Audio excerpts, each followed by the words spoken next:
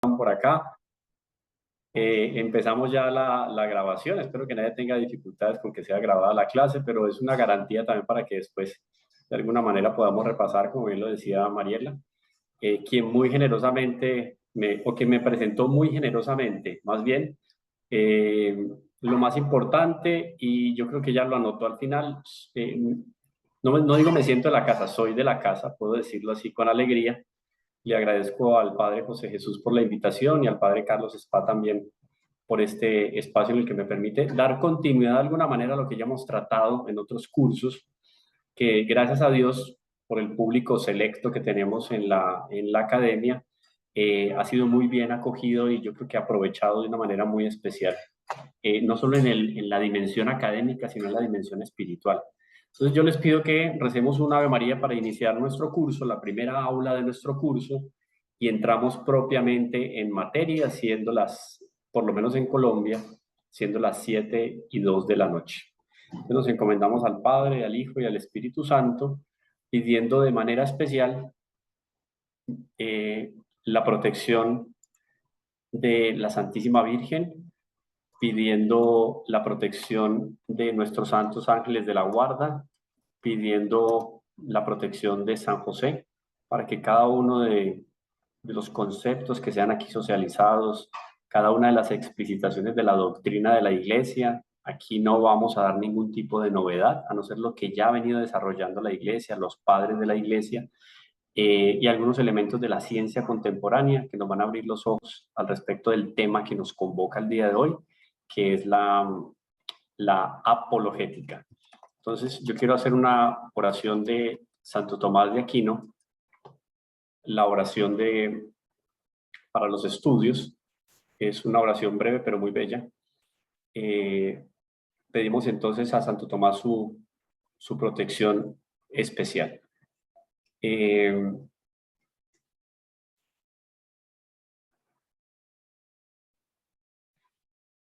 Espíritu Santo, Creador divino, verdadera fuente de luz y fuente de sabiduría. Derrama tu brillo sobre mi denso intelecto, disipa la oscuridad que me cubre, la del pecado y la de la ignorancia. Concédeme una mente penetrante para comprender, una memoria retentiva, método y facilidad para aprender, lucidez para comprender y gracia abundante para expresarme, guiar el comienzo de mi trabajo, dirigir su progreso y llevarlo a término con éxito.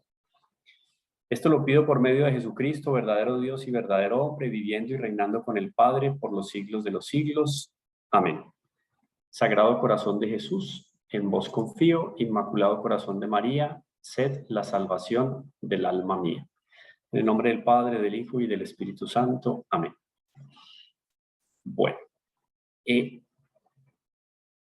a ver, independiente de las bondades que nos da aquí la tecnología, que yo sé que hay, están matriculados alrededor de 600, si no me equivoco la cifra hasta hace unos minutos, 619 estudiantes. Muchos estarán conectados ahora, otros porque, digamos, la ubicación y el meridiano no se lo permiten, nos verán en diferido, porque están en Europa o muy al norte.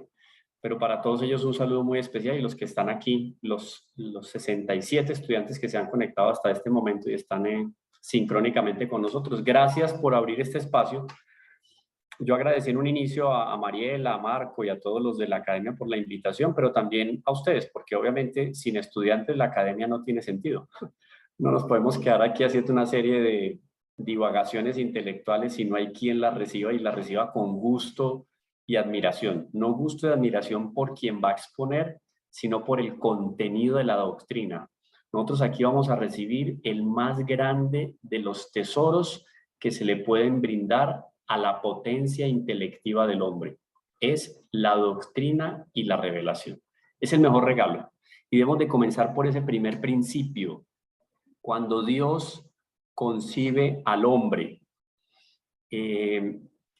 compuesto de cuerpo y alma, y la inteligencia ubicada de manera especial en esa dimensión espiritual, pero que tiene una proyección y una repercusión directa sobre el componente corporal, La inteligencia es dada al hombre para comprender a Dios, entender a Dios y leer a Dios. Comprender y entender, obviamente, en una cantidad muy, muy reducida cuando sabemos cuáles son los atributos que Dios tiene. Uno de esos, omnipotencia, omnisciencia, no cabe en nuestro intelecto. Pero el mejor y más pleno desarrollo que puede tener la inteligencia es el de utilizarla para comprender, conocer a Dios. ¿Lo conocemos entonces por medio de la revelación? Sí, no en su totalidad, pero de una manera muy especial. La naturaleza nos permite un cierto nivel de conocimiento de Dios. Y podríamos decir que si el pensamiento, la inteligencia podríamos considerarla como un sujeto o como un individuo, el éxtasis y la alegría para la inteligencia sería alimentarse de las cosas de Dios, porque es un regalo de Dios en el fondo para poderlo leer a Él y conocerlo a través de las posibilidades que nos da el cuerpo y el alma, por esa integralidad que les estoy hablando. Eso es muy importante como punto de partida, porque decía ya que al inicio, decía que cuando nos involucramos en la doctrina de la iglesia, sea mariología, sea teología josefina, sea liturgia, cualquier tipo de temática, esta, especialmente de la apologética, eh, nos estamos involucrando en un mundo que es absolutamente delicioso, en todo el sentido de la palabra. Vuelvo a esa imagen de que si fuera la inteligencia un individuo, un sujeto, quedaría gratamente manifiesto por el regalo que le estamos dando, de conocer a Dios.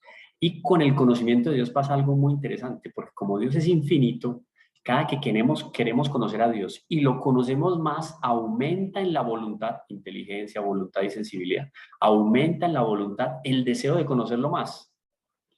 Y ese deseo de conocerlo más nos llama a querernos acercar a Él. El conocimiento va de la mano del amor. Crece el conocimiento y crece el amor. La Iglesia Católica no es una iglesia de libro. La Revolución Protestante, siglo XVI, bueno, hablando de los preámbulos, siglo XV, XVI y siglo XVII, ese gran estallido de la Revolución Protestante redujo, ¿no?, una visión reduccionista, redujo la fe, el unirse a Dios a un libro, a lo que está escrito en el Antiguo y en el Nuevo Testamento. Con lo que recibe la Iglesia de manos de nuestro Señor Jesucristo, del primer Papa, San Pedro, de toda el alimento maravilloso que le dan los padres apostólicos, los doctores de la iglesia y los teólogos a la iglesia. Todo eso va enriqueciendo la doctrina de una manera maravillosa. Toda esa doctrina aumenta en cada uno de nosotros cuando nos acercamos a la doctrina el deseo de conocer más. Y cuando vamos conociendo más, queremos amar más. Y conocemos y amamos y vamos así, de arriba a arriba, hasta que llega un momento en que Dios como que dice, ya, este es el momento de que el alma vaya a la eternidad. Eso se conecta entonces con la virtud de la religión, catalogada por Santo Tomás de Aquino en la Suma Teológica como la principal de las virtudes. Y la virtud de la religión no es una virtud propia o única y exclusiva de aquellos que son bautizados, no. El hombre tiene en el fondo un deseo de Dios, de conocer algo que va más allá de lo físico, de trascender. Entonces, ese deseo de querer conocer a Dios, en el fondo es conocerlo, amarlo y unirme a Él. ¿Dónde llega la plenitud de ese quererse acercar a Dios? En la eternidad. Y es una plenitud que no termina. Es un asunto que sale un poco de las proporciones intelectuales que podemos tener, porque esta cabecita es diminuta en relación con lo que Dios nos puede ofrecer. Entonces, llegamos a la eternidad, uno diría, la plenitud, sí, pero vamos a ir de plenitud en plenitud. Y de plenitud en plenitud, porque de alguna manera las limitaciones, de alguna manera no, de gran manera y de manera especial, esas limitaciones que tenemos aquí se van a superar en grado sumo en la eternidad. Por lo tanto, el conocimiento de Dios va a ir mucho más allá. Vamos a ver a Dios cara a cara.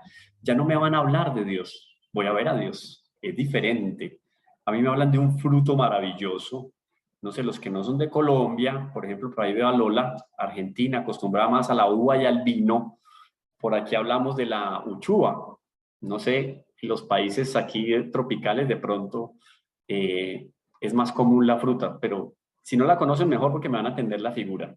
Yo les hablo de la uchuva y les digo que la uchuva uno la recoge, ella está guardadita como una especie de saco de hojitas secas, que cuando yo abro las hojitas secas, de adentro sale una especie de naranja diminuta con la piel muy lisa, porque la cáscara de la uchuva es muy lisa. Uno la coge así y se le deslizan los dedos. Entonces, después de estar recubierta en esas hojas secas y rústicas, me encuentro con esa delicadeza de la cáscara de la uchuva. Y cuando yo la abro o me la pruebo, va a sentir un cierto sabor amargo con un poco de dulce, pero donde se sobrepone el amargo al dulce. Ahora, si yo cojo la uchuva y la pongo con azúcar a hervir un poco y hago algo así a manera de una mermelada, eso toma otra dimensión diferente. Y yo digo, esto lo pongo con este tipo de galleta de trigo o esta otra no sé qué, unto y le pongo de pronto un poco de queso crema. También son muy ricos y maravillosos ahí en esos campos argentinos. Esa mezcla es una mezcla deliciosa al paladar. Yo les hablo aquí maravillas de la uchuva, me tomo un jugo de uchuva delante de ustedes escuchar y llevar aquí al intelecto la idea de la uchuva en la galleta, del jugo de uchuva y de cómo la uchuva me refresca, es nada en comparación a yo invitarlos a comer o a tomar un jugo de uchuva o a comernos un alguito en una tarde con unas galletas de uchuva. Es diferente, la proporción es grandiosamente diferente. Eso es infinitamente nada en comparación con lo que vamos a tener en el cielo de la comprensión y del degustarnos de Dios. Porque, oído, no va a ser solamente un proceso intelectual. Por eso lo que hacemos aquí, aunque en un primer momento tiene una serie de elementos que son conceptuales, yo voy a ver que eso tiene una influencia en mi estructura corpórea. ¿Por qué? Porque cuerpo y alma están unidos, ¿no? Están completamente unidos. Entonces, cuando estemos en la eternidad, la noción que vamos a tener de Dios va a ser una noción superior a cualquier noción que podemos tener aquí en la tierra, una cosa que va a ser insuperable. ¿Por qué? Porque allá ni fe ni esperanza, solamente la caridad, nos dice San Pablo, eso es lo que va a primar. Y en función de eso, las delicias que vamos a degustar en la eternidad. Paréntesis. Entremos entonces en nuestro tema, con ese preámbulo, para que sepamos a qué banquete nos estamos acercando. Dije desde un inicio también, y es bueno dejar esto aquí muy bien acentuado, no vengo a improvisar o a lanzar especulaciones al respecto de la doctrina de la Iglesia, que se puede ir desarrollando. No tendría ningún problema en que yo, en los estudios que he realizado, por las investigaciones que he realizado y con la formación que tenga, yo puedo decir, voy a lanzar aquí una tesis, voy a especular, speculum, ¿no? Espejo, speculum, viene de un proceso intelectual. Voy a especular aquí sobre una teoría apologética, puedo lanzarlo en medio del curso, pero lo que va a ser fundamental aquí es lo que la doctrina de la Iglesia ya ha desarrollado y oído, elementos fundamentales que nos otorga también la ciencia, porque la ciencia, por ejemplo, hablando de la física, que soy más cercano al ámbito de la física para hablar de algunas de las áreas del saber, la física de qué se ocupa, va a estudiar los procesos relacionados con la materia y la interacción que la materia tiene con algunas energías, con algunas fuerzas que están ya catalogadas por el hombre. La fuerza gravitacional, la fuerza electromagnética, la fuerza nuclear débil y la fuerza nuclear fuerte.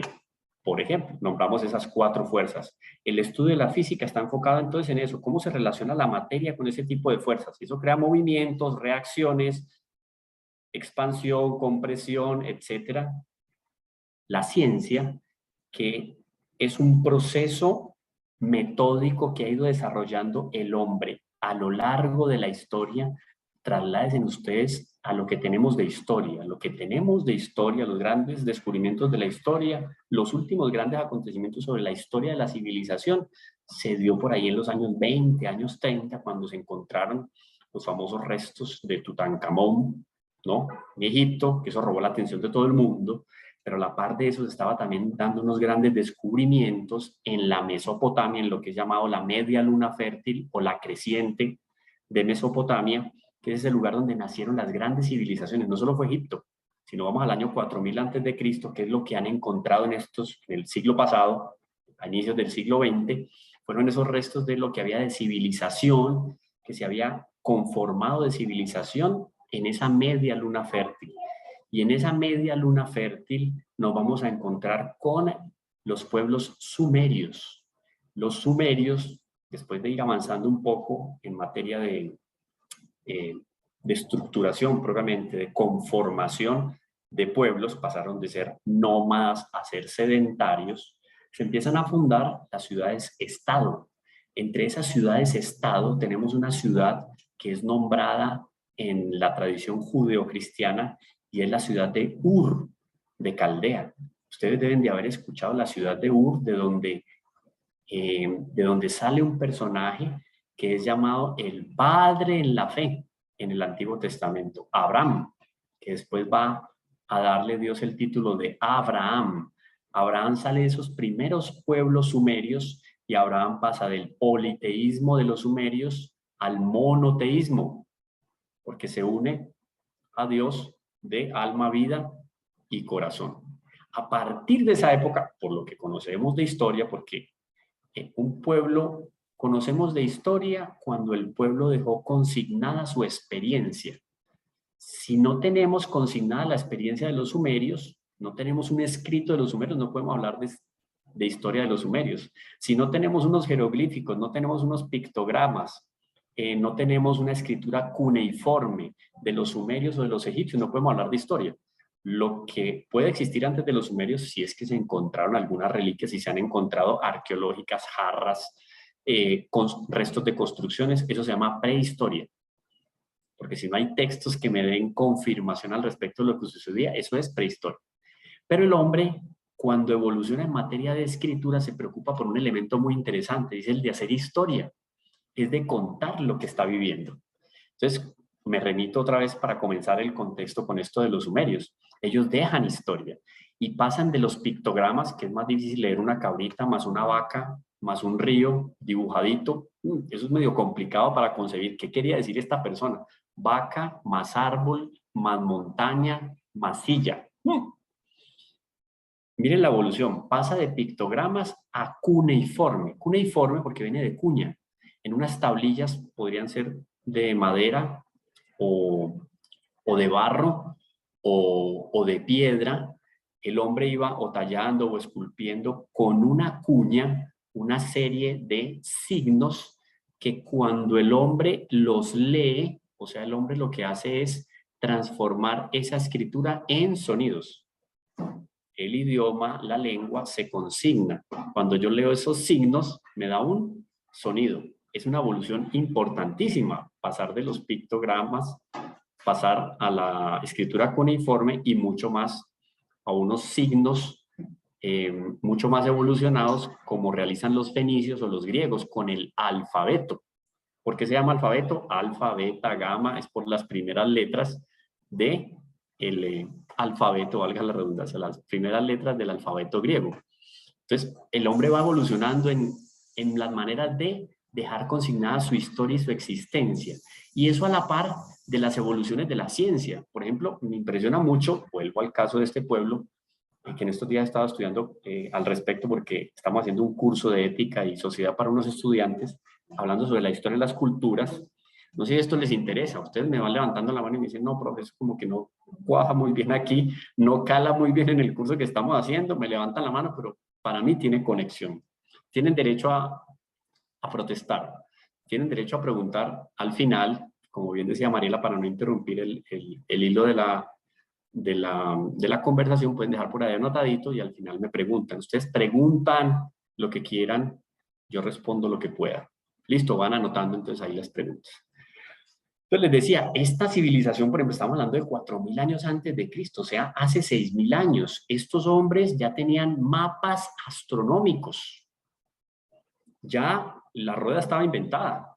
Estos hombres en sus ciudades no crean que eran chozas, no. Como esta civilización sumeria se establece y se desarrolla sedentariamente en el valle que existe entre el Tigris y el Éufrates, donde, por ejemplo, los biblistas, los estudiosos de antropología bíblica, nos dice que entre el Tigris y el Éufrates estaba ubicado, ¿qué? El paraíso. Pero resulta que el Tigris y el Éufrates son ríos medio complicados, porque se alimentan de deshielo. y cuando hay creciente, el Éufrates viene con una fuerza impresionante. Pues resulta que a los sumerios les dio por colocarse al lado del, más bien, construir sus ciudades muy cerca del Éufrates, y llegaron a construir canales de riego y de transporte de más de 100 kilómetros de largo. ¿Ustedes imaginan lo que es eso? Y lo que tenían que hacer de trabajo para poder alimentar con agua, regar con agua sus cultivos. Eso empieza a desarrollar la navegación de una manera impresionante, el comercio. Bueno, aparecen una serie de elementos muy interesantes. Todo eso es la evolución de la ciencia, eso es ciencia. El hombre se tiene que sentar a pensar cómo va a construir una superficie a partir de madera o de cualquier otro tipo de material que pueda encontrar en la naturaleza, porque obviamente la evolución industrial no se había dado todavía, la explosión industrial, la revolución industrial. Entonces, ¿cómo hacer que esto flote en el agua? Implícitamente hacían un cálculo sobre las densidades, ¿no? La densidad menor del material, la densidad mayor del líquido, quién flota o quién se hunde, ¿cierto? Si yo el agua de piedra se me hunde, si el agua de madera veo que flota, es menos denso, etcétera. Bueno, cantidad de cosas muy interesantes. Todo eso va evolucionando a medida que el hombre se va encontrando con las realidades de la naturaleza. Pero algo muy interesante. Yo les hablaba ahora a ustedes de la virtud de ¿cuál? ¿Cuál virtud era la que yo decía que era una virtud muy importante? La virtud de la religión. Y estos hombres desde un primer momento, hablo de estos hombres porque es la historia más antigua que tenemos, de la cual tenemos noción, estos hombres cuando nombraban un gobernante tenían la noción clara de que el gobernante gobernaba porque el poder se lo daba ¿a quién? Los dioses. Cuando se moría el gobernante, ¿con qué enterraban al gobernante? Pues con todos sus atavíos propios de noble, inclusive con sus sirvientes vivos, con sus tesoros. ¿Por qué? Porque ellos ya en ese momento, miren que ahí no hay revelación judeocristiana, ellos ya en ese momento, a partir de lo que la naturaleza les mostraba, la ley natural, su interior, ellos ya tenían noción de que después de la muerte había algo. Entonces casi que le hacían maleta al que se moría. Y algunos pueblos, de una costumbre pagana horrorosa, al esposo lo enterraban con la esposa viva, o lo enterraban con el asesino para que la disputa continuara en la otra vida. Pero había una noción clara de que había ¿qué? Otra vida. Muy interesante. El hombre entonces tiene un sentido claro de la trascendencia, de que hay algo metafísico más allá de lo físico. Desde los primeros, valga la redundancia, desde los primordios más bien de la historia. O sea que esto no fue una imposición de la Iglesia Católica. No fue una imposición ni siquiera de Moisés. En ese momento no ni aparecido por el panorama. Inclusive antes de la historia de Abraham, antes de que la historia de Abraham se evidencie en algún tipo de texto, estos hombres ya tenían claro, hay unos dioses. Ellos obviamente, más bien alejados de la revelación, eran politeístas, entonces tenían un dios que era el dios del agua dulce y un dios del agua salada, después eso se pelean y aparecen unos dioses que son medio inmortales, bueno, un asunto, una cosmogonía muy particular. Pero algo muy interesante que también me pareció de estos sumerios, anoten porque ustedes se van a ir después de esta clase a leer la historia de los sumerios y después me cuentan qué les pareció de interesante. Pero resulta que estos sumerios, de alguna manera, ellos cuentan en su historia que los hombres, obviamente los hombres tienen conciencia de que dependen de esos dioses y que tienen que trabajar por esos dioses. Entonces, como el gobernante, además de ser gobernante, es también una autoridad religiosa porque es sacerdote y es gobernante, eso también es muy interesante, ese poder espiritual con el poder temporal era uno solo, como en el fondo empezó a consolidarse en el pueblo de Israel. Pues resulta que en algún momento los hombres se levantan contra esos dioses.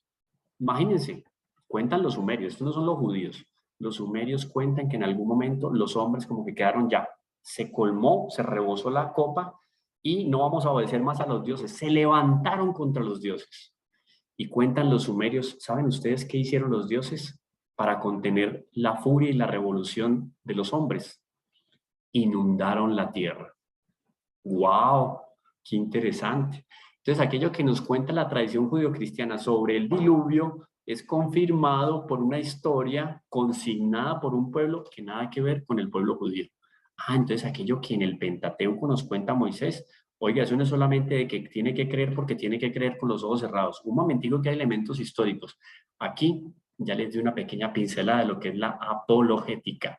¿Cómo se llama nuestro curso? Apologética, argumentos en defensa de la fe. Esto ya es un argumento en defensa de la fe. No pueden venirnos a nosotros con la historia y con el cuento de que todo aquello que está consignado en la Sagrada Escritura no tiene ningún elemento histórico. No, no, no. Eso es fruto de unas elucubraciones mitológicas del hombre para explicar la existencia del universo y la cosmogonía. No, no, no. Totalmente equivocado. Si alguien se encuentra con ustedes y les dices, oiga, qué pena, váyale a hacer la historia de los sumerios, hace 4000 años, estudie un poco sobre la pictografía, la escritura cuneiforme, el avance de la ciencia en los fenicios, la navegación, etcétera, y ahí vamos conversando sobre lo que significa lo que hay de consignado en la historia en el Antiguo Testamento. Entonces, esos ya son elementos. Ahora sí, yo veo que por acá en el chat, pero bueno, yo no le voy a desobedecer a Mariela porque Mariela es una de las autoridades aquí. Además, Mariela es argentina, ¿no? Sí, Camilo, ¿sí? sí. Así que, si es argentino, sí puedo hablar, sí puedo leer los mensajes. Ah, bueno, había desactivado el chat. Sí, sí. Ay, perdón. Lo activo, ahí va, ahí está. Listo. Listo, porque yo no prometo que va a responder todo en medio del aula, pero también es interesante cuando uno está en un salón de clase y que un estudiante tire por ahí un papelito o algo y dice, bueno, por lo menos están despiertos, no se han dormido. Ya estamos conectados 100 estudiantes, eso está muy bien. Bueno, pero yo voy a compartir pantalla, a ver si por favor Mariela me cuenta si yo estoy aquí ya autorizado. Sí. Está como anfitrión, sí. Adelante. Listo. Entonces, compartir pantalla. Yo voy aquí. ¿Están viendo? ¿Sí? ¿Cierto que sí? Sí. Bueno, perfecto. Yo voy a un poco más de tamaño, porque a ver, pero me cuentan si están viendo. Uy, ¿qué pasa aquí? Esto se me... A ver. ¿Yo cómo corro esto? Estoy en aprietos, Mariela. Ah, no, ya se me fue. Que esto se queda un momentico y se va. Ustedes están viendo la pantalla. Yo estoy viendo aquí el documento que les compartí. ¿Cierto? Yo creo que todos lo están viendo. El documento que les compartí en el chat y que 250, aquí queda más visible. Este es el documento que les compartí. Todos lo están viendo. Me voy por acá entonces para ver lo siguiente. Ya les hablé de alguna manera de lo que es la dimensión religiosa del ser humano. Entonces, yo no sé aquí, Mariela, qué pena, pero es que la barra de arriba me dificulta el buscar las pantallas. Acá se ve, Camilo, ¿eh? Está viendo. Yo necesito cambiar de pantalla, de pestaña. Y, a ver un momentico. Yo voy a dejar de compartir. Sí. Y ahí en la pestaña voy a irme al primero, a las primeras diapositivas. Y ahí sí ya comparto. Entonces ya me voy acá otra vez, comparto, doy acá. Y yo creo que ahí ya. Están viendo que está cargando, ¿cierto? Sí, está cargando, esperen, a ver. Perfecto. ¿Se demora? Se demora un poquito todavía. Ahí estamos. Listo, perfecto. Entonces nos vamos aquí para que quede una pantalla más grande, aquí para que quede todavía más grande. Entonces, como ya hablamos de ese componente religioso, muy relacionado con la virtud de la religión, por aquí tenemos unas pinturas que para mi gusto podrían ser mucho más piadosas, fruto del Renacimiento, de un humanismo, digamos, un poco sesgado, dándole prioridad al cuerpo sobre el espíritu, pero bueno, da una idea de creación. Vamos entonces aquí, nuestro primer elemento.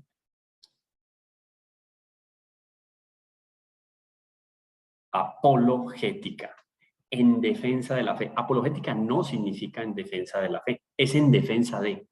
Por eso yo colocaba como título, o quise colocar como título apologética, argumentos en defensa de la fe, porque yo puedo hacer una apologética de la literatura de Miguel de Cervantes Saavedra. Así de sencillo. Podría serlo, es una apologética, una defensa digamos, de apologética de la estética de Murillo, de Juan de Juanes, como grandes pintores del siglo XV, XVI, etcétera. Podría serlo. En el sentido en que nosotros estamos aplicando esta palabra de origen griego es en defensa de la fe.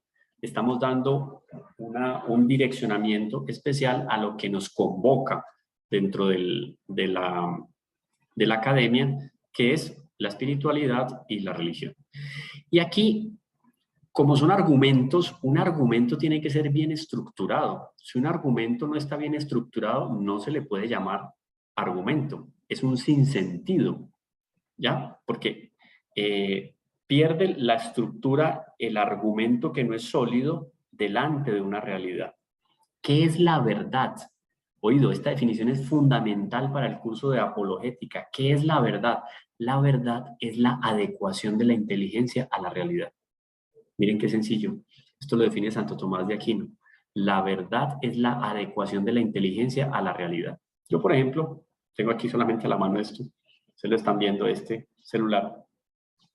Yo tengo que decir que esto es un celular, porque es la realidad. Yo estoy adecuando la inteligencia a la realidad. Yo no puedo decir que esto es un zapato.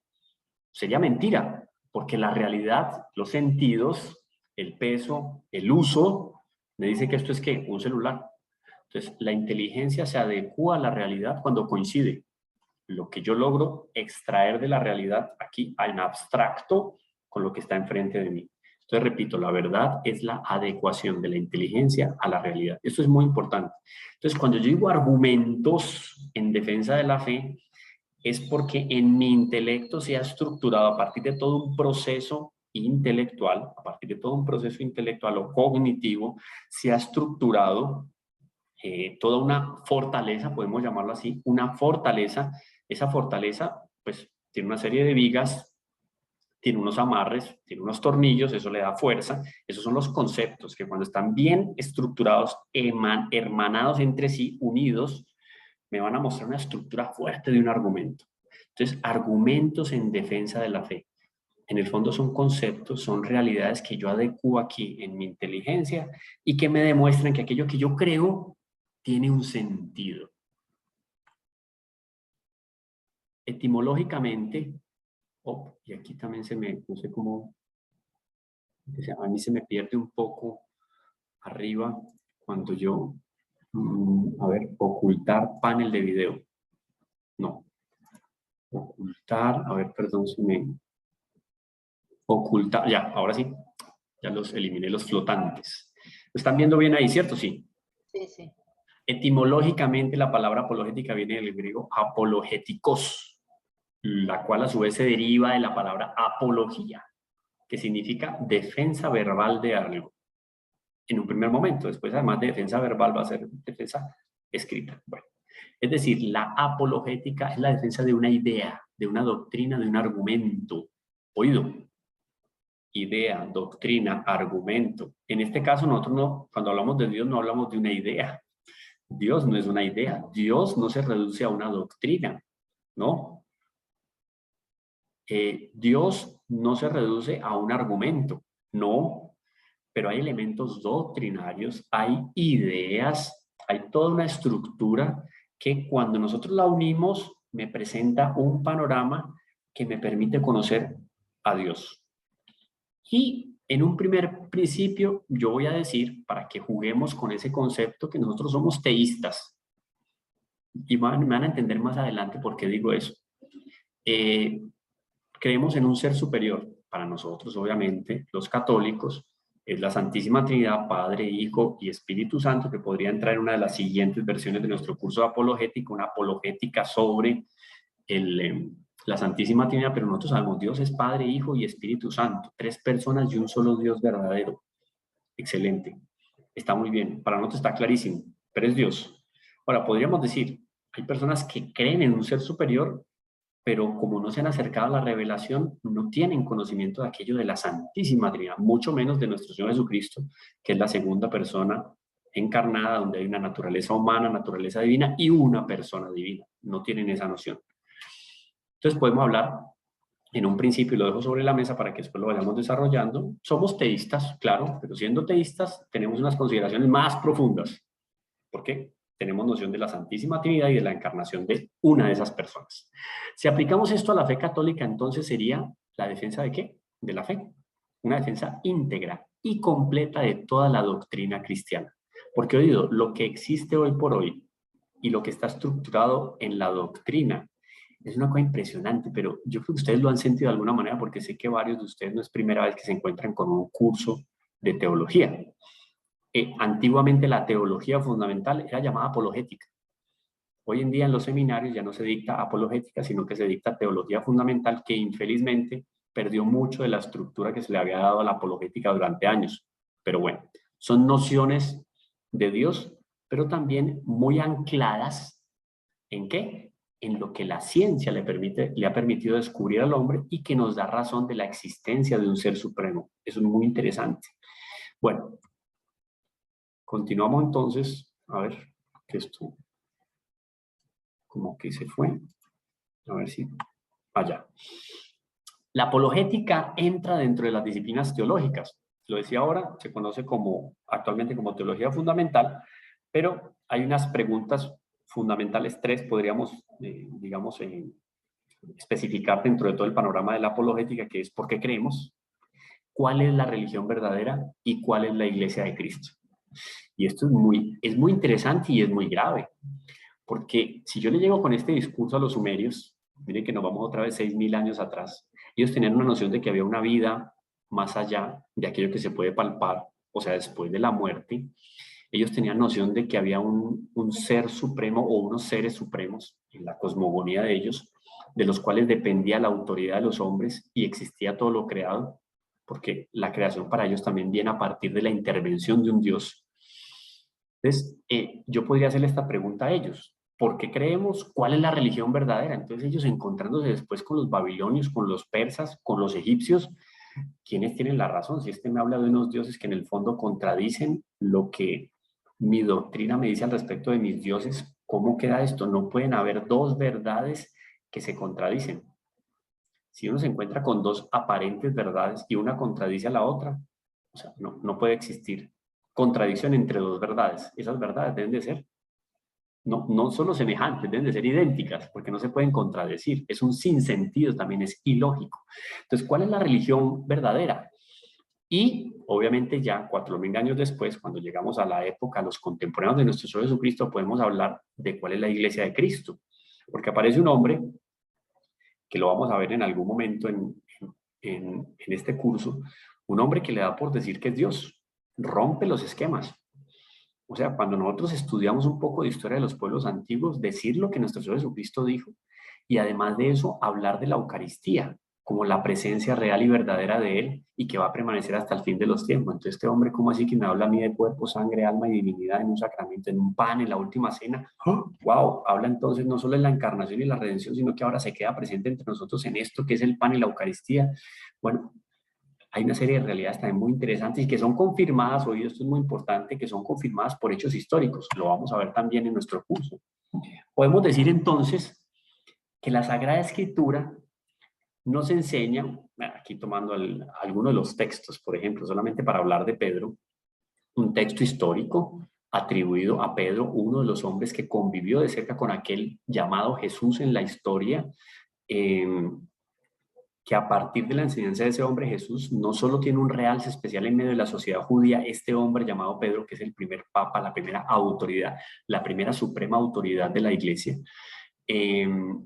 sino que estos primeros hombres son llamados o son señalados en Antioquía como cristianos, porque de tal manera asumieron en su vida el ejemplo de ese hombre llamado Cristo que murió de manera absurda en lo alto de una cruz como el peor y el más vil de los ladrones, pero que a pesar de eso más de 10 millones de hombres arriesgaron su vida por él y la entregaron en el Coliseo y en el circo romano. Uno decía, que alguien haya entregado su... Sí, y no solo esos locos desnorteados para los romanos en esos primeros 3 siglos pasaditos de persecución, sino que proclaman que ese hombre en realidad es Dios. O sea, en el fondo los contemporáneos de Jesús, gran número de los contemporáneos de Jesús se creyeron aquello de que él era Dios. Muy interesante, porque eso me empieza a marcar a mí un panorama diferente de lo que a veces nos queda en la cabeza a partir de algunos estudios, digamos, muy simples que podamos hacer.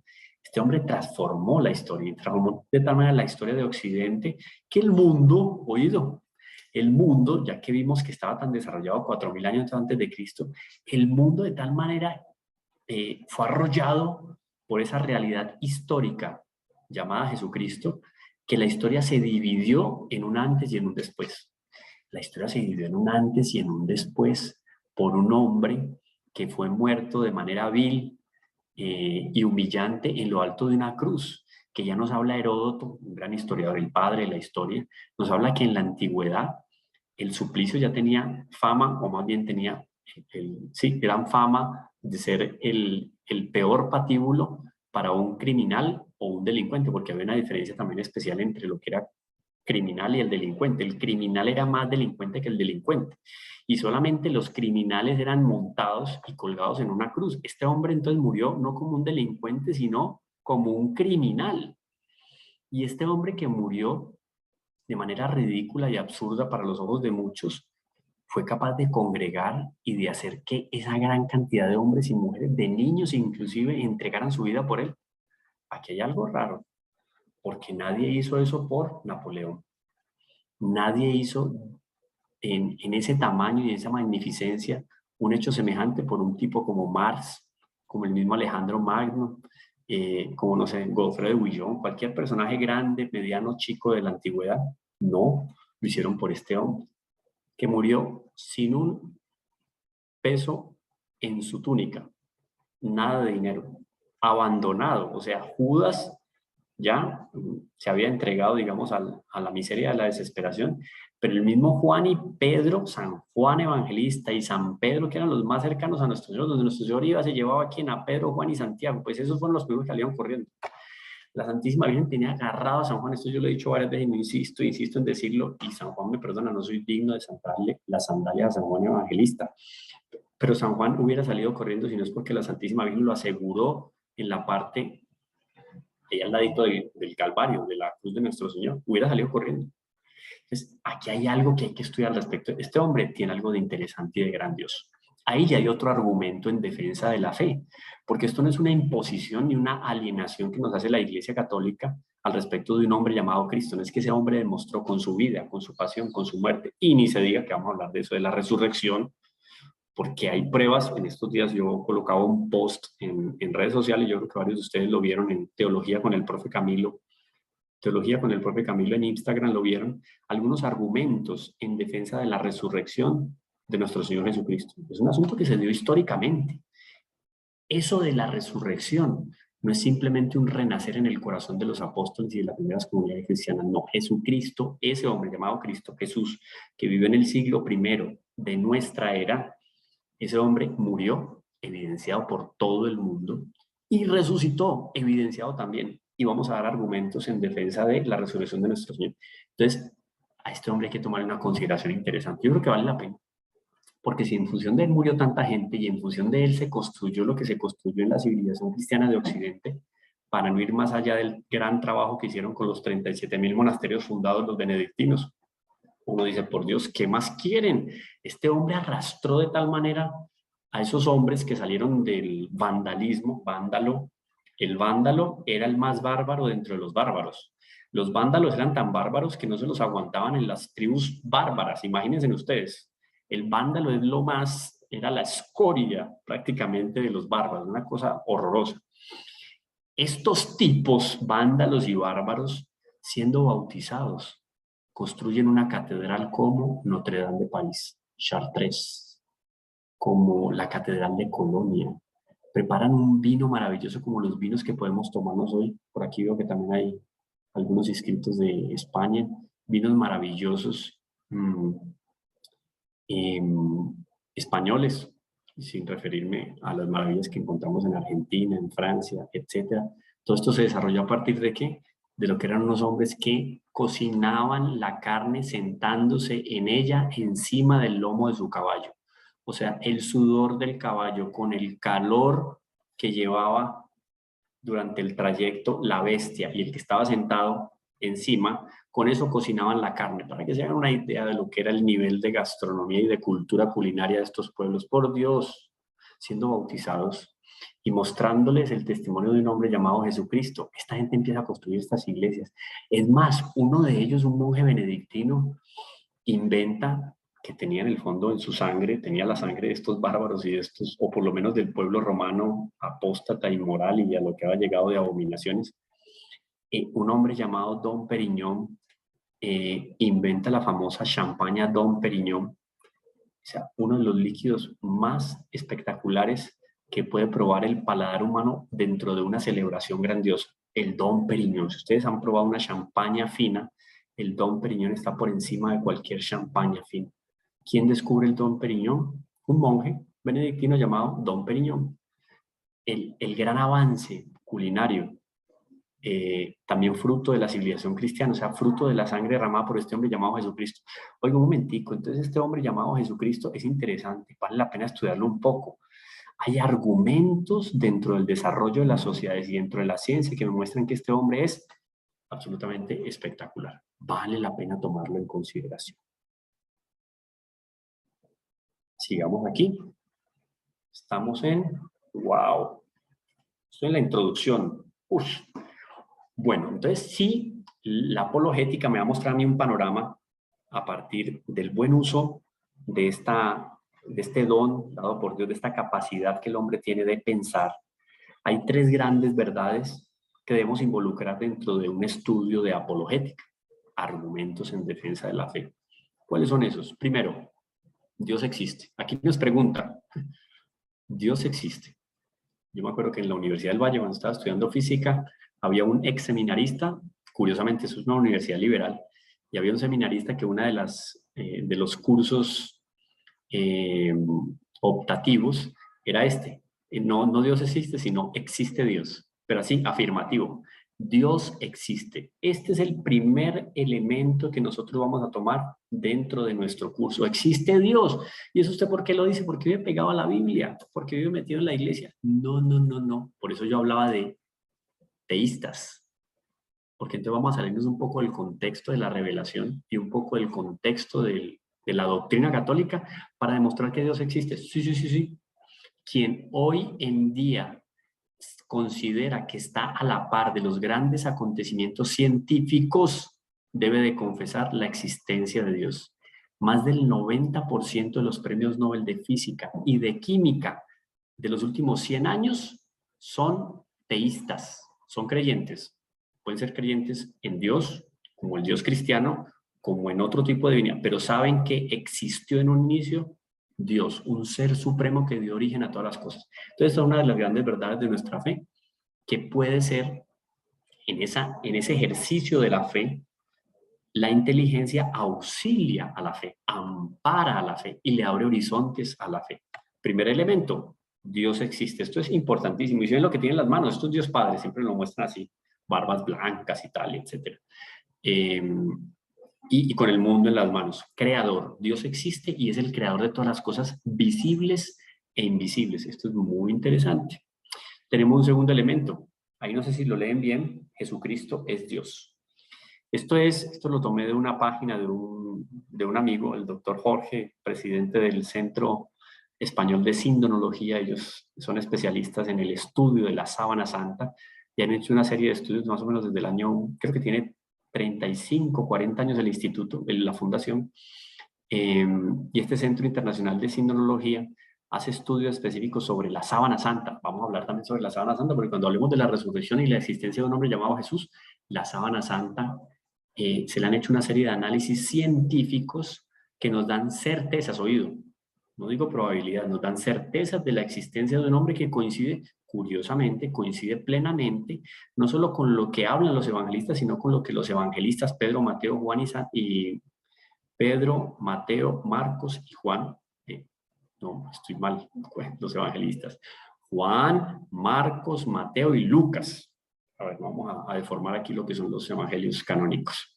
Ellos nos describen a Jesús, pero también nos describen su vida, pasión y muerte. Y cuando nos hablan de la pasión, de la muerte y la resurrección, este asunto de Jesucristo es Dios es impresionante cómo se evidencia en dónde, en la sábana santa y en el santo, en la sábana santa y en el sudario de Oviedo. Jesucristo es Dios, entonces termina siendo otra de las grandes verdades y realidades de la historia dentro de nuestra historia como católicos, pero especialmente una realidad que se asocia a aquello que estamos diciendo de que Dios existe, ¿no? Eso es importante tomarlo en consideración porque de alguna manera se evidencia también que históricamente se confirman varias verdades en el momento en que este hombre aparece en el panorama histórico. Jesucristo es Dios, pues lo dejó muy en claro y las evidencias históricas apuntan a que nos dijo la verdad. Aquí, por ejemplo, verdad y divinidad de la Iglesia católica, que siendo la Iglesia verdadera, vale la pena dejarlo muy, muy en claro, porque es la Iglesia que ha sido amparada directamente por toda la continuidad apostólica a partir de Pedro, que fue ese primer hombre llamado como la gran autoridad, Papa, por este otro hombre, pero Dios, hombre y Dios, hombre y verdaderamente Dios, llamado Jesucristo. Delega en San Pedro una institución llamada la Iglesia. Y esa Iglesia hay que hacer unas consideraciones especiales sobre la Iglesia. La verdad que ella administra, tiene en sus manos, porque todo lo que la revelación se ha explicitado a partir de la Sagrada Escritura reposa en las manos de la Iglesia, y la Iglesia como madre y maestra nos la entrega a nosotros. Entonces, esa divinidad de la Iglesia, ¿por qué divinidad? Porque la Iglesia no es solo una institución, o sea, no es solo ese templo que ustedes están viendo ahí, que es bellísimo en Sao Paulo, Brasil, en Cuitía, es un santuario a la Virgen de Fátima, a Nuestra Señora del Rosario en Brasil, muy lindo, en Sao Paulo, en las afueras de Sao Paulo. No es solamente una iglesia bella en función de la estética, no es un templo físico, no es una estructura ni siquiera piramidal en materia de jerarquía, donde está el Papa, los obispos, cardenales, o sea, es mucho más que eso. Divinidad de la iglesia porque la iglesia es el cuerpo místico de Cristo. Y eso tiene unas consideraciones espectaculares. Todo esto lo vamos a encontrar dentro del panorama de la apologética. Bueno, ¿cómo estamos de tiempo, Mariela? Bien, más Bien, o menos. ¿no? Sí, sí. Aparte, no se haga problema, Camilo. En este momento no tenemos otro curso, así que si se puede Listo. extender, no hay problema. Vamos un poco más entonces, no hay ningún problema. Yo sí me voy a fijar por aquí, curiosamente, yo ya me desaparecí del... Si ves alguna pregunta ahí, Mariela, que de pronto se conecte con lo que estamos conversando en este momento, podríamos atenderla con todo gusto. Si no, seguimos sin problema. Llegamos apenas a la introducción, por Dios. 1 hora de preámbulo para llegar a la introducción. Me van a disculpar, pero es un defecto que tengo. Siempre uno se va acordando de conceptos, de argumentos apologéticos y va estructurando. El curso no puede ser siempre el mismo. Ya había dictado un curso similar y sé que algunos estudiantes están acá y se dan cuenta que siempre aparecen novedades, no porque haya mucho almacenado acá, sino porque la iglesia es muy rica. Entonces miren esta introducción. Yo creo que esto lo va a acercar más, sí. La antropología, por hablar de algunas áreas del saber, algunas ciencias, la antropología, la arqueología, la lógica, las ciencias naturales, la historia, el lenguaje, podríamos hablar de la política, muchas áreas del conocimiento. De alguna manera todas se van aliando a esa posibilidad que el hombre tiene de encontrar razón. Primero, ¿de dónde viene? ¿Dónde está? ¿Y para dónde va? Eso es, yo diría que va acompañando el sentido común de todo hombre. Si una persona no sabe de dónde viene, dónde está y para dónde va, no tiene proyecto de vida. No es capaz de parar en algún instante y autoevaluarse. Y eso es necesario, inclusive en el campo profesional. Eso no es solamente para el campo personal y espiritual. Yo tengo que saber dónde estoy, qué necesito para ser mejor y hasta dónde quiero llegar, porque si no, estoy perdiendo el tiempo en el mundo. Paso a hacer historia de aquellos que no hacen historia, porque estoy viviendo al margen de la historia. Entonces, todas estas ciencias y estas ramas del saber, de alguna manera, se unen a la posibilidad que el hombre tiene a partir de su intelecto de encontrar razón de su existencia. Vuelvo a aquellos pueblos antiguos. Ay, no Pueblos me antiguos. creo. ¿No? ¿Mariela? Iba a decir algo a alguien, no sé. Sí, perdón, Camilo. No, había tenido que atender un llamado. Discúlpeme, ¿me preguntaba? Sí, sí, tranquila.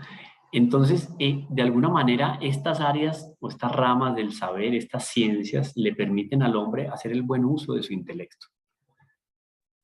No quiere decir entonces que si yo me matriculé en un curso o en un programa académico de ingeniería, yo estoy estudiando ingeniería para encontrar a Dios. No, pues, no, hasta allá no vamos a llevar el reduccionismo, no es eso. Pero hay elementos que me dan estas diferentes áreas que me confirman ese de dónde vengo, dónde estoy y para dónde voy, me ayudan a ubicar. Ahora bien, la razón misma, esta posibilidad que el hombre tiene de entender las cosas, la razón misma movida a indagar de una forma más especial y más profunda sobre nosotros, criaturas, el hombre, sobre los animales, sobre la tierra, sobre el aire, sobre el fuego, sobre lo que ustedes quieran. Tierra, aire, fuego y agua, las cuatro esencias. Me lleva a reflexionar sobre eso que perciben mis sentidos. Nada hay en el intelecto, un principio escolástico fundamental, Santo Tomás lo utiliza mucho, nada hay en el intelecto que antes no haya llegado a los sentidos. Si algo hay aquí es porque pasó por mis sentidos. Pasó por mis sentidos. Entonces, ahora el hombre, a partir de su naturaleza, miren lo que dice aquí al final, el hombre puede sumergirse mucho en la ciencia, pero hoy en día parece haber olvidado que está también llamado a orientarse hacia una verdad que lo trasciende. Si yo vuelvo al que se matriculó en aquel programa de ingeniería, si yo siento que mi vida gira en torno al estudio de la ingeniería, lo que yo voy a hacer como profesional en la ingeniería, a lo que yo me voy a desarrollar deportivo culturalmente, estoy desorientado. Porque la vida del hombre tiene que trascender. O sea, ¿hasta qué punto yo voy a hacer historia? Yo voy a dejar una huella en el mundo. Yo dejo una huella en el mundo cuando esa noción de verdad trasciende lo que el mundo puede ofrecer. O sea, si yo hago un acto de caridad, si yo hago un acto de solidaridad, si yo brindo un consejo a alguien que lo necesite y yo solamente lo estoy haciendo por un interés particular y primero, estoy desnorteado. Eso tiene que trascender. Yo normalmente trabajo no solamente porque tengo unas obligaciones contractuales, no, yo trabajo porque me apasiona lo que hago. Y cuando a mí me apasiona lo que hago es porque yo tengo un ideal o un punto de referencia que va más allá de lo que es mi jefe, de lo que es el contrato que yo he firmado, no el resultado de mi ejercicio profesional, sea lo que sea, el resultado del ejercicio que yo hago doméstico, ama de casa. Muy bien, no estudié nada, me dedico a, o sea, hacer un trabajo operario sencillo y simple.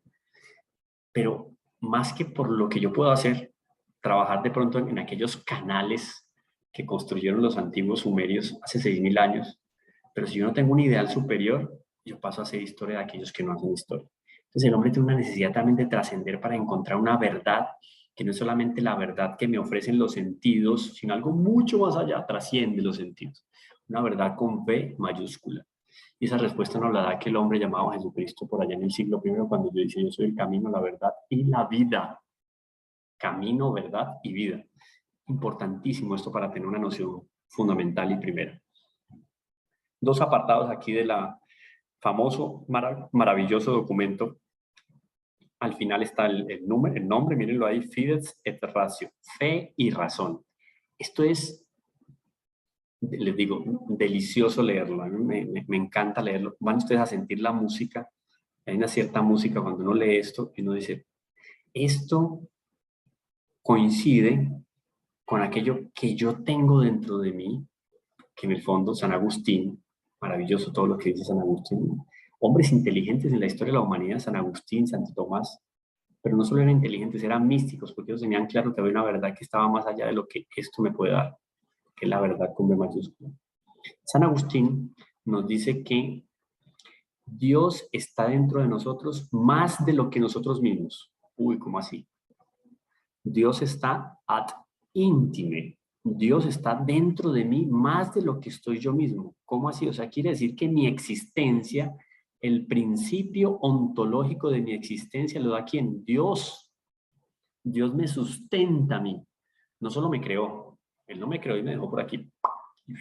Y ahí resuelva su vida, que en 80 años hablamos, porque usted se va a morir y yo le voy a hacer un juicio. Ah, bueno, listo, muchas gracias. No, no, no. Dios nos crea y nos recrea permanentemente. O sea, Él nos hace permanecer en el ser. Por lo tanto, Él es quien nos sustenta dentro. Principio ontológico, lo más profundo que tiene el ser humano. Ese principio ontológico es sustentado, ¿por qué? Por Dios, como creador, ¿no? Como recreador, en el fondo, por decirlo de alguna manera. Entonces, Él está dentro de nosotros. Y aquí, cuando hablamos de fe y razón, lo que yo creo que aquí San Juan Pablo II lo va a decir más adelante, voy a irme al texto directo. La filosofía moderna, dejando de orientar su investigación sobre el ser, oído, el hombre ser, el hombre, el ser del hombre. Dos elementos fundamentales para el hombre, vivir y ser. El hombre no puede ser sin vivir y no puede vivir sin ser. Miren que son dos condiciones fundamentales para el hombre. Usted tiene que ser hombre, yo tengo que ser y tengo que vivir. ¿Cierto? La vida y la existencia son dos condiciones esenciales en el hombre, ser y vivir. Entonces, la filosofía moderna dejó de orientar su lectura, su análisis, su ejercicio en función de eso del ser, de buscar la explicación sobre el hombre. Ha concentrado, continúa aquí el texto, ha concentrado la propia, esto creo que, ay no, perdón, se va. Ha concentrado la propia búsqueda sobre el conocimiento humano. Oído, ha concentrado la propia búsqueda sobre el conocimiento humano. En lugar de apoyarse sobre la capacidad que tiene el hombre para conocer la verdad, ha referido destacar sus límites y condicionamientos. Por Dios, entonces, cuando al hombre le mostraron el sol, el hombre se quedó mirando el dedo y quiso darle explicación al dedo del hombre y no darle explicación al sol.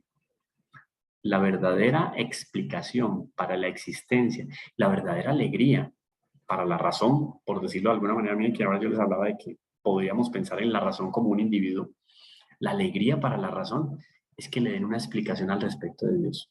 Porque en Dios se sustenta la existencia del hombre. Entonces, es más interesante a mí de que me hablen de mí mismo, que me hablen de aquello que me dio origen y me sustenta. Claro, es mayor la verdad. Cuando estoy contemplando un mayor panorama, es mucho más interesante que ver un panorama con unos lentes que de pronto me limitan las posibilidades de ver. Entonces, un problema de la filosofía moderna se quedó en el hombre. No, tiene que ir más allá. No hay, pues, esto es muy interesante, esta aclaración que hace el Espíritu Santo. Oído, no solamente por ser San Juan Pablo II, sino porque es en función de lo que... Miren cómo la doctrina de la Iglesia también tiene elementos que yo, por fuera de la fe, podría leerlo. Esto podría yo presentárselo a alguien que se puede decir ateo o agnóstico, que dice que no se puede dar explicación a nada referente a la existencia de Dios. No se puede decir que Dios existe o que no existe, que eso no se puede explicar. Puede ser un agnóstico, un ateo, un budista. Yo le presento esto.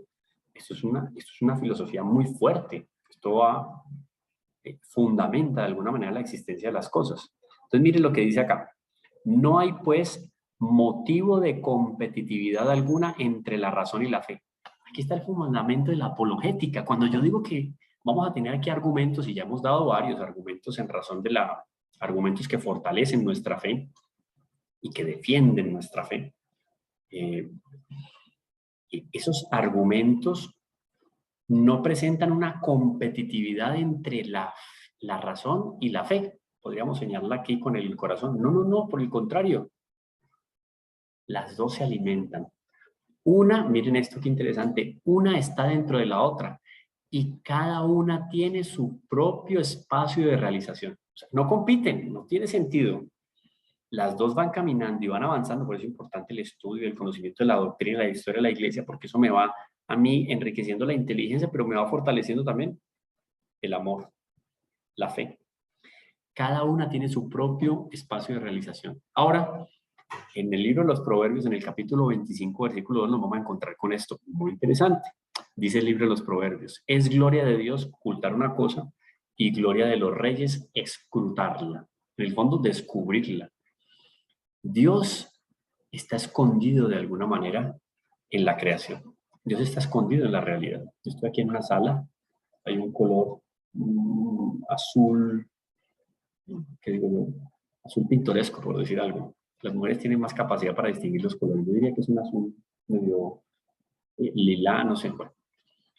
Y estoy aquí en una sala y yo diría, aquí yo, ¿cómo evidencio a Dios? No, porque hay un Cristo, porque hay un Sagrado Corazón de eso. No, no, en esa realidad material que observan mis sentidos, yo me estoy encontrando con Dios, pero Dios está escondido.